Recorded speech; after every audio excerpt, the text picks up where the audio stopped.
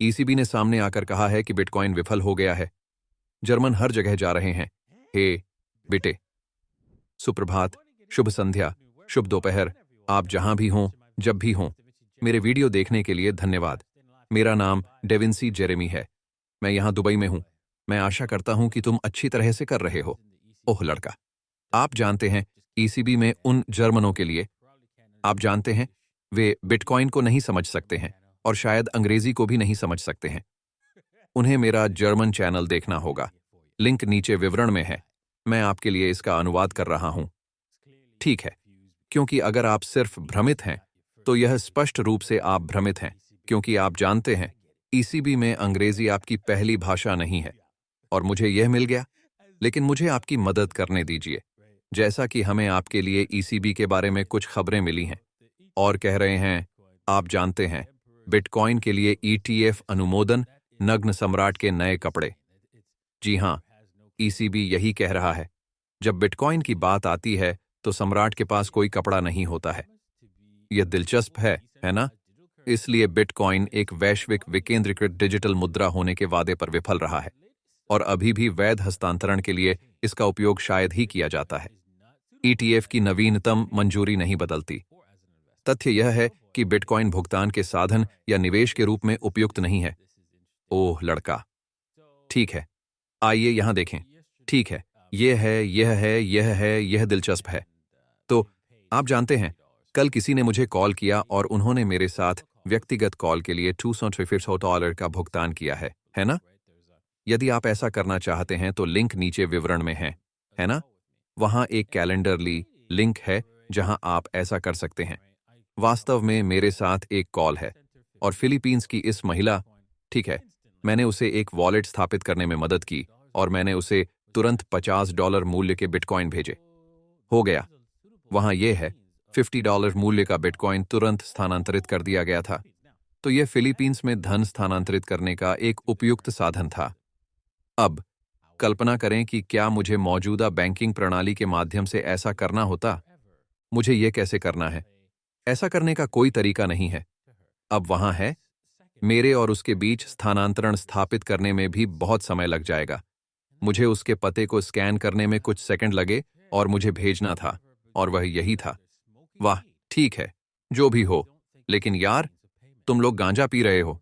यदि आपको नहीं लगता कि यह भुगतान का एक साधन है, तो यह अभी भुगतान का एक कार्यशील साधन है।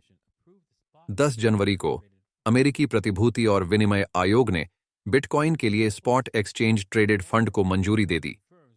शिष्यों के लिए पूर्व अनुमोदन पुष्टि करता है कि बिटकॉइन निवेश सुरक्षित हैं और पिछली वास्तविकता एक अजेय विजय का प्रमाण है। हम दोनों दावों से असहमत हैं और इसे दोहराते हैं।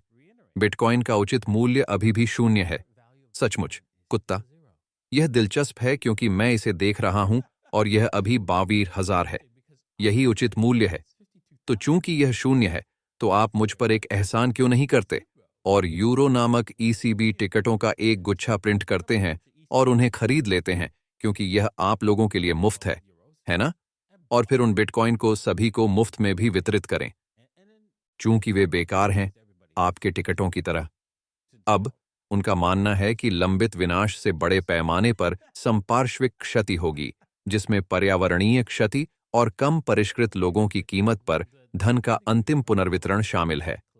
ठीक है, तो वे कह रहे हैं कि कम परिष्कृत लोगों की कीमत पर धन का पुनर्वितरण होने जा रहा है, जैसे कि वे लोग जो यह नहीं समझते हैं कि इस बिटकॉइन चीज के साथ क्या हो रहा है। कितने लोग वास्तव में समझते हैं कि पैसा कैसे काम करता है? क्या ईसीबी टिकट काम करते हैं? हाँ, वे नहीं जानते कि ईसीबी केवल टिकटों का एक गुच्छा छापता है और फिर वे जो चाहें खरीद सकते हैं। और वे अपने दोस्तों को इन टिकटों को प्रिंट करने और सामान के लिए भुगतान करने की अनुमति देते हैं, जिससे आप गुलाम बन जाते हैं। एक बार जब आप यह समझ जाते हैं, तो आपको एहसास होता है, एक सेकंड रुकिए, आप कम परिष्कृत लोगों की कीमत पर धन का पुनर्वितरण कर रहे हैं। आप बस वही दोहरा रहे हैं जो आप कर रहे हैं। अरे बाप रे, अविश्वसनीय। हमारा तर्क है कि बिटकॉइन वैश्विक विकेंद्रीकृत डिजिटल मुद्रा बनने के अपने मूल वादे को पूरा करने में विफल रहा है। ठीक है, हम यह भी दिखाते हैं कि बिटकॉइन का दूसरा वादा वित्तीय संपत्ति होना है।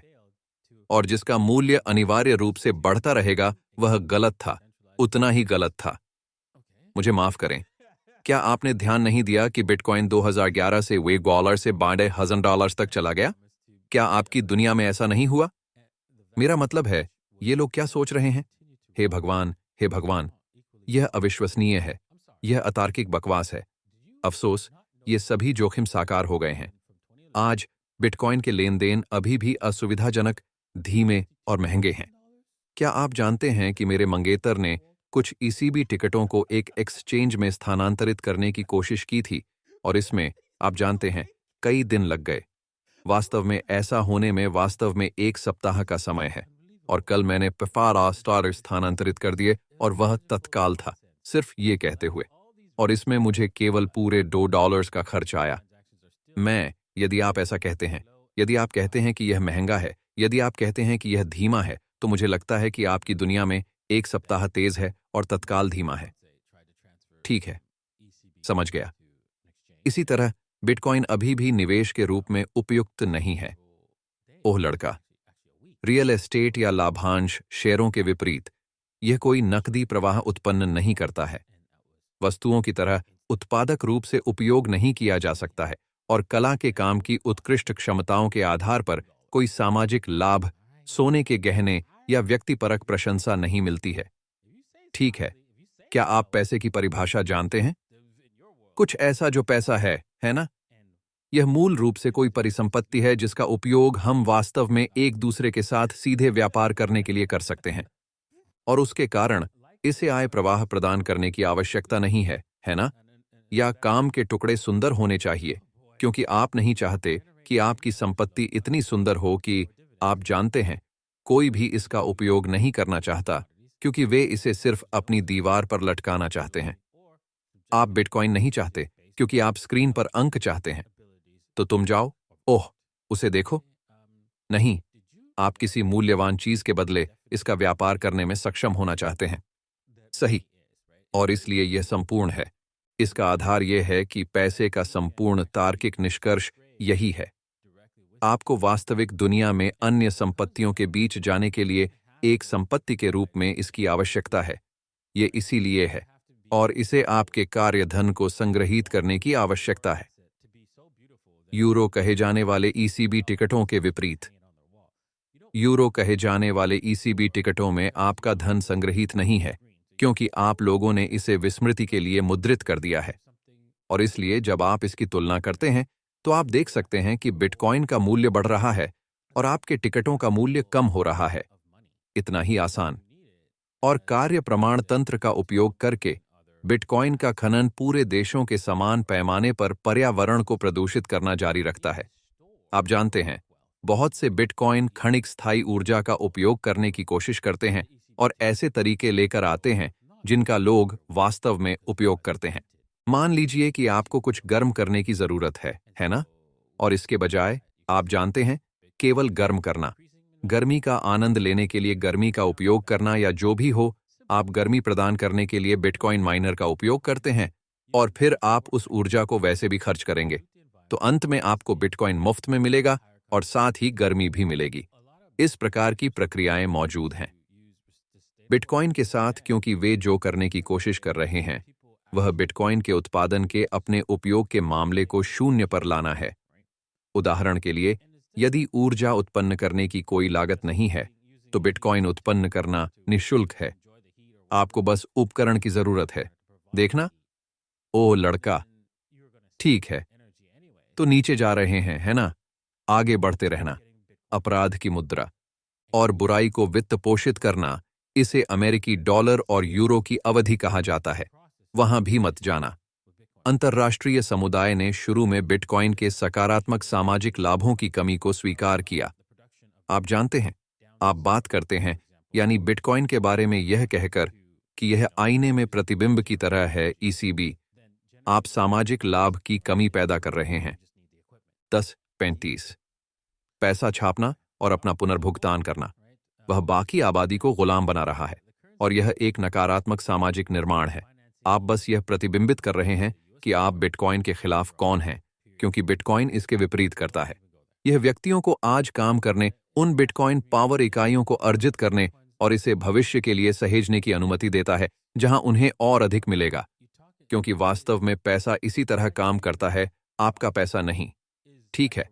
आखिरकार यूरोप में जून 2023 के क्रिप्टो परिसंपत्ति विनियमन में बाजारों का उद्देश्य क्रिप्टो के धोखाधड़ी वाले जारीकर्ताओं और व्यापारियों पर अंकुश लगाना था। ठीक है, तो फिर वे जो करने की कोशिश कर रहे हैं वह लोगों को क्रिप्टो बनाने और क्रिप्टो ट्रेडिंग करने से रोकना है। आप ऐसा कर सकते हैं, लेकिन हमने देखा है कि जब आप ऐसा करते हैं तो क्या होता है। ड्रग्स जैसी कोई अवैध चीज, है ना, वेनेजुएला या अर्जेंटीना में अमेरिकी डॉलर की तरह मदद नहीं करता, काम नहीं करता। आप अपना समय बर्बाद कर रहे हैं। इसलिए यदि आप चाहें तो आप अपना समय बर्बाद कर सकते हैं, आप वह प्रयास कर सकते हैं, लेकिन अंत में बिटकॉइन सर्वोच्च स्थान पर रहेगा। ठीक है, इतना कहने के साथ चलिए ट्रेडिंग पर आते हैं। मैं जानता हूं कि मैं इस पर काफी समय तक काम कर चुका हूं। मैंने मजा किया है, मेरा मजा। और यदि आप ट्रेडिंग में रुचि रखते हैं तो आप bybit.davincij15.com या 2bit.davincij15.com पर जा सकते हैं।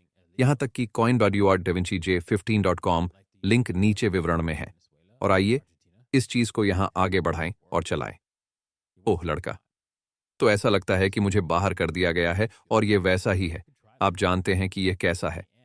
बिटकॉइन को आपके स्टॉप चलाना पसंद है और इसमें तेजी आई है। यह बिल्कुल उफान पर है। तुम बाहर हो। और हां, तो आप जानते हैं, आप बस जब आप व्यापार कर रहे होते हैं तो आप बस शुरुआत करते हैं। आपको अगला व्यापार ढूंढना जारी रखना होता है। इसके लिए यही सब कुछ है। कभी तुम जीतते हो, कभी तुम हारते हो।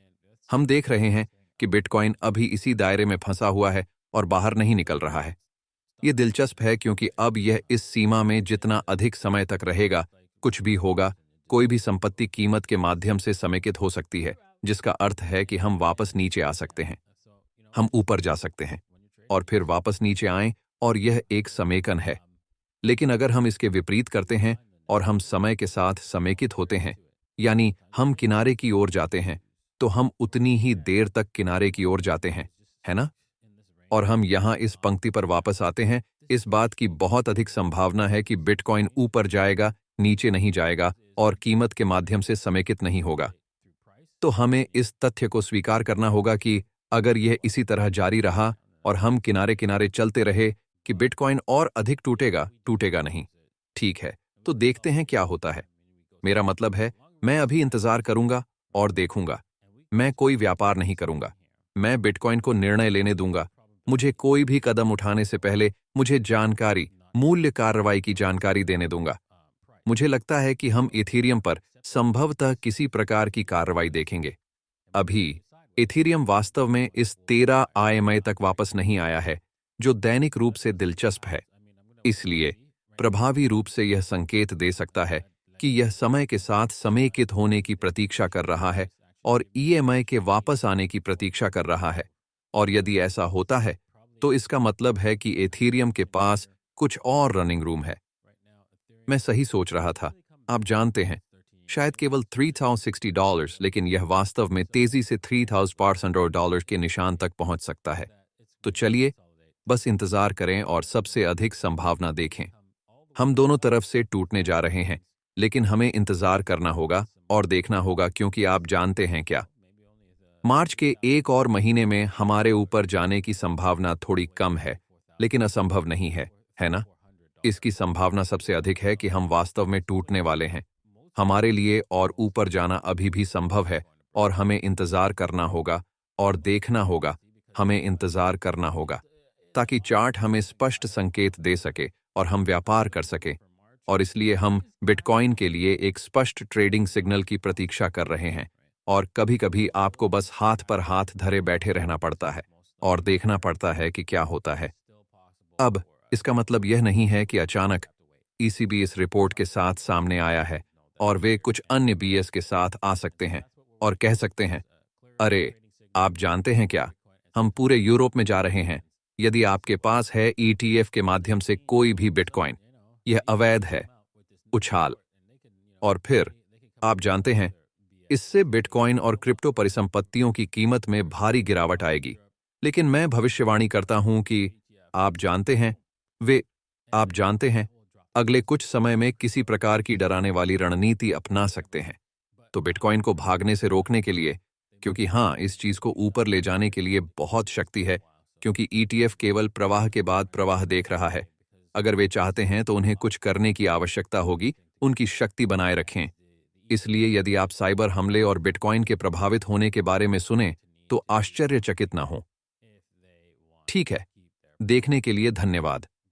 आशा है कि आपने आज के एपिसोड का आनंद लिया है और सुनिश्चित करें कि आप इसे लाइक करें, सब्सक्राइब करें और हम आपसे कल मिलेंगे। अलविदा।